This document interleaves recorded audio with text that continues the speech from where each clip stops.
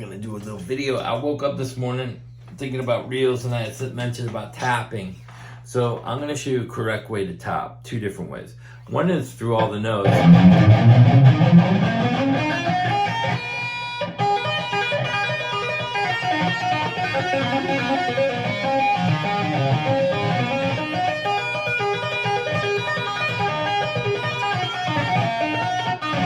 There's all kinds of ways to tap. There's different rhythms. There's a double tap, single tap. There's all kinds of movements. And I'm doing this out of the pentatonic, Y and G major. All those notes right there.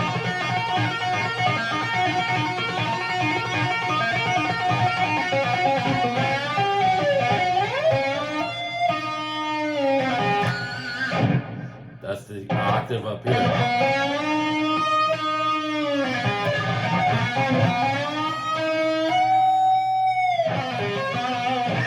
There's all kinds of ways to tap like that. But what I want to specifically talk about, and I'll show you some of those, is if you're playing an E chord in G major, it's E minor. So here, a major triad is a 1, 5, and a 3.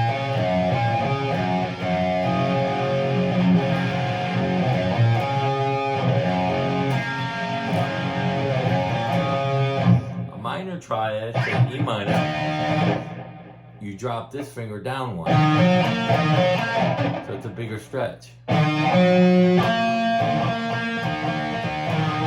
see, this is the E note, and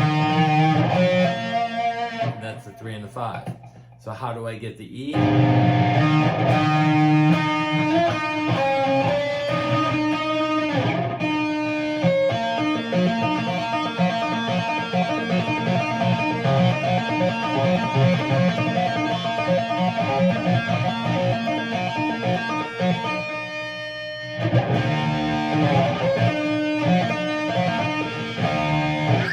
That's the E minor. Then you go to the next minor in the key. A.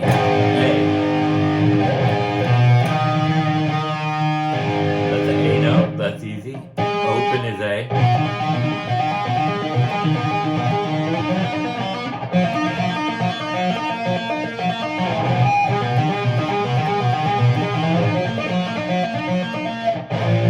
Next is the B.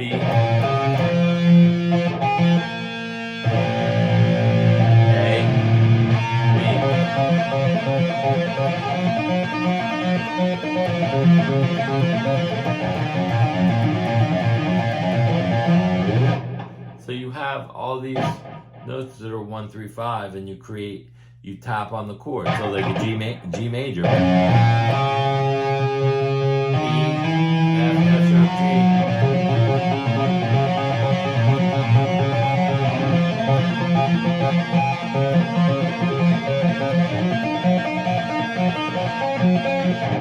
That's how you create that sound, is you follow the chords with the triad. Now there's a bunch of different techniques, like bend,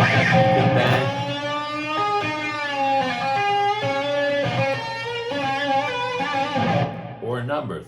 So I'll do it on a high string, like out of the pentatonic. I'm gonna go 1, 2, 3, 1, 2, 3, 1, 2, 3. So what I'm doing is I'm playing these notes.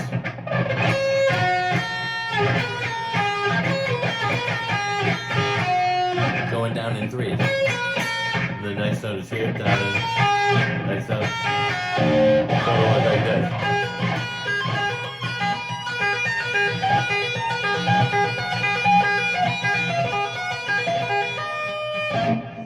And then I end it on it. Or up.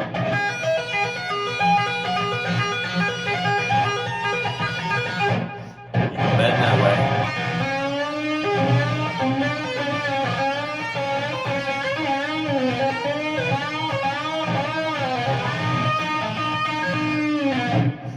All kinds of ways to tap.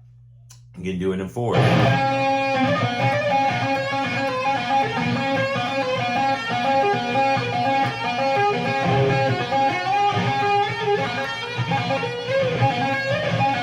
can slide. You can bend and slide.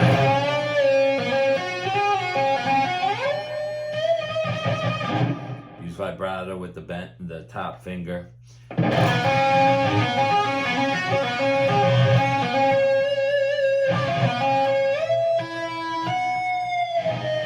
can dive bomb it, but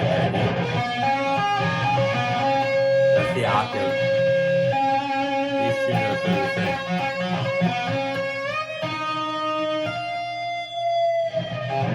And then I move it up a whole step. So there's tons of ways to do those kind of things and to fit them in, like if you're playing on the pentatonic again.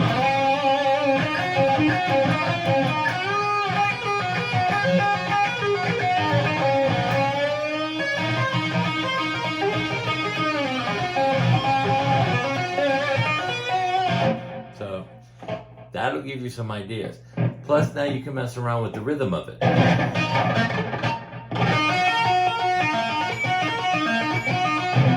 So it's a double tap.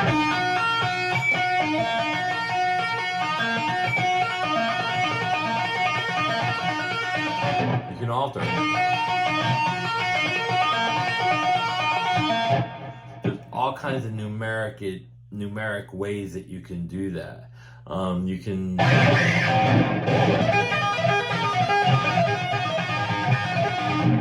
3 or 4 finger tapping.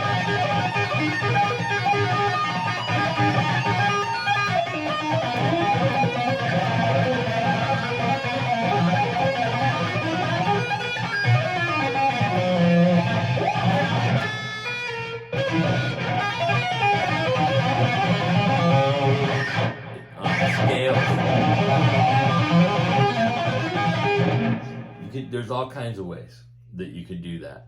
So this is just to give you some ideas with the tapping. Now tapping, you're pulling down, you're pulling up, down, up, down.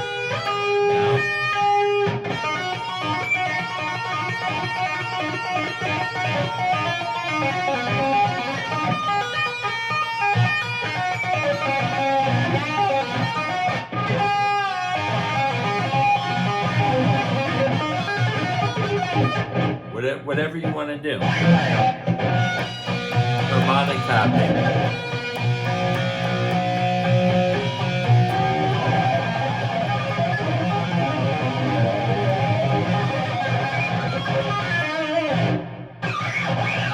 Just basically rubbing. I play scales like that too. So that might be going.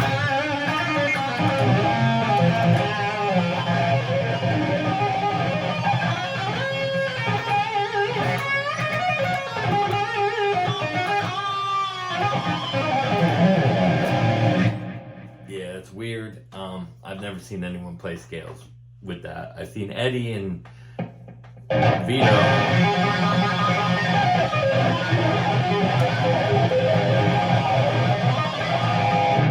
And that's just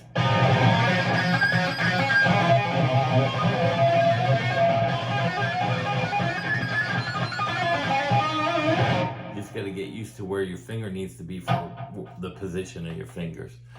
So there's a lot of things you can do. You can do that real simply as well.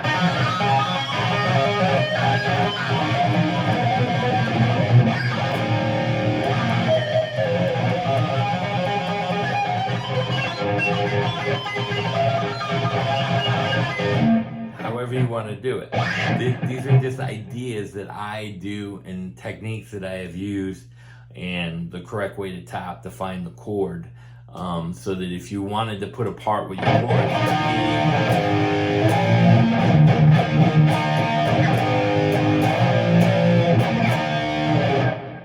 remember?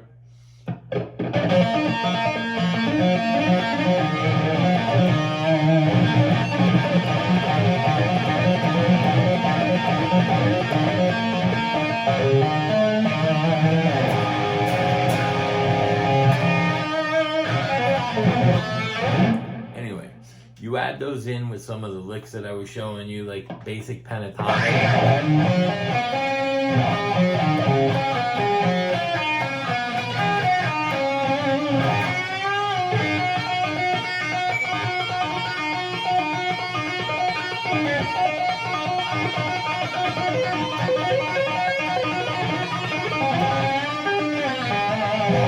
Speed it up.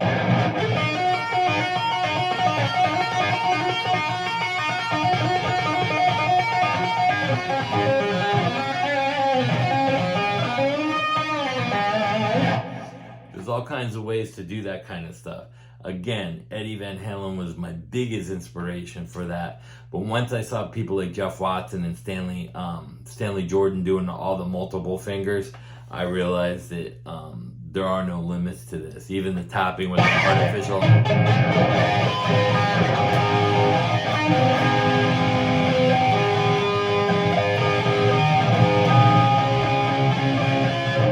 However you want it.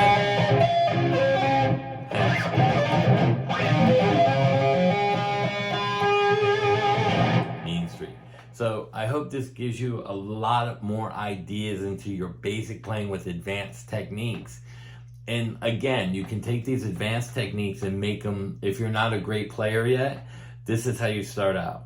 You take advanced techniques and you mess around with them, you noodle, and you find out what you like. And again, this is a big thing. Always record your practice on a phone and go back and listen. And you might do something you like and you forgot about. Now you have it on film. So let's say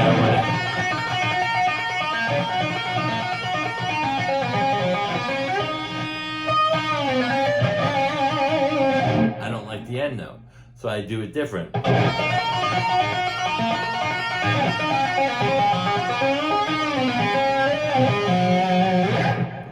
Now I like that.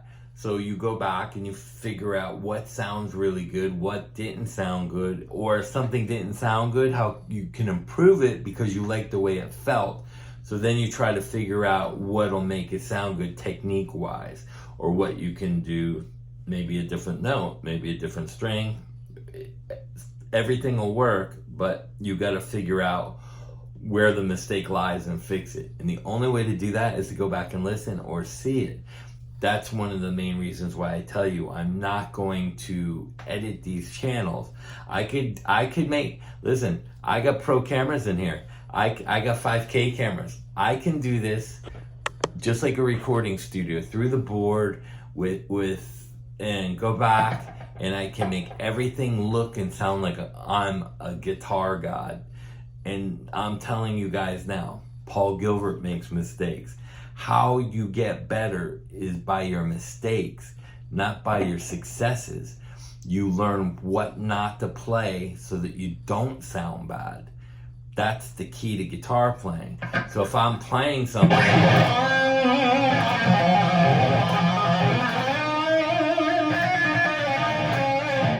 that's not going to be successful for me. What's successful for me is if I go, no, I didn't like how I started that. I don't like where it went. So now I just do it in one spot. You go back and you watch the video and you determine where the mistake was made and you correct it so you don't do it again, so that you sound like a better player every time. That's the key to being a better guitar player. Not by how good you are. How good you get is by not making the mistake. So the key to being successful is making the mistakes and then fix them so that they sound good, so you sound good. You'll never hear that on YouTube from anybody because they're not going to say that. How did I get good? I made tons of mistakes. I still make mistakes, and I let you guys see them. You know, if I'm noodling or I'm tapping,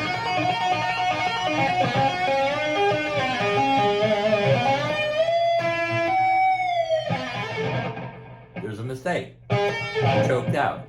Big deal. I make them. So what do? Everything was good until I went to the note on the other string and choked it out. So what am I going to do? I'm not going to go to that. I'm just going to play the...